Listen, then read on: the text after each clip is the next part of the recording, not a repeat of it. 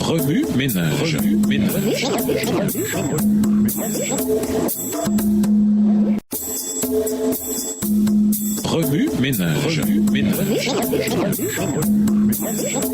Bienvenue à votre émission Remue ménage. Noire leçon de dimanche intégrée, prière persistante. Anne semblait prisonnière d'une situation des plus difficiles. Elle subissait les conséquences douloureuses de mariage polygame. Une rivalité et des disputes acharnées régnaient dans son foyer. Elle était méprisée et rejetée parce qu'elle n'avait pas d'enfant. Son sentiment de honte et d'échec s'intensifiait d'année en année. Aucun médecin ni expert ne pouvait guérir son infertilité. Seul Dieu pouvait l'aider. Anne se sentait très seule. Son mari l'aimait, mais même lui ne comprenait pas pourquoi elle était si triste. À Samuel 1, le verset 8. Dieu l'aimait aussi, mais elle avait l'impression qu'il l'avait abandonnée ou oubliée. À Samuel 1, le verset 11.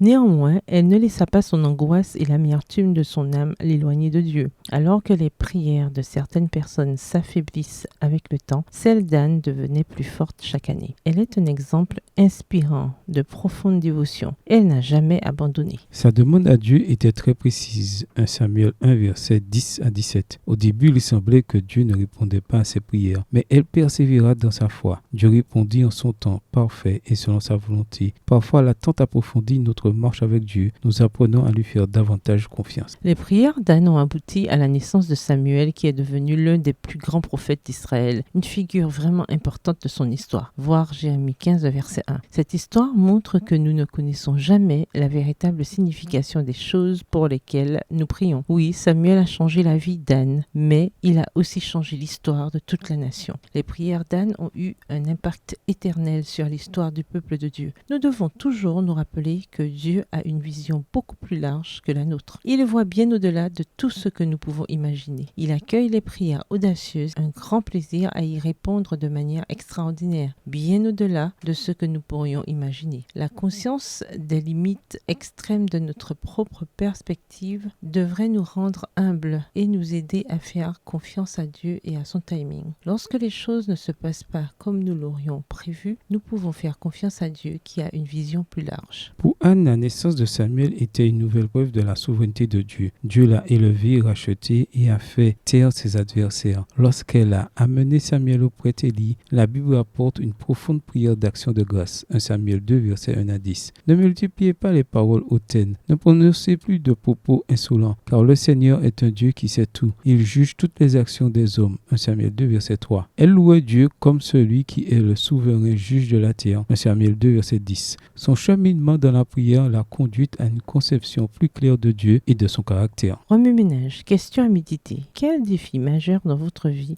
vous ont appris à dépendre davantage de Dieu? Qu'est-ce que cela vous a appris sur la prière? Au revoir. Et à demain si Dieu veut. Remue ménage. Remue ménage.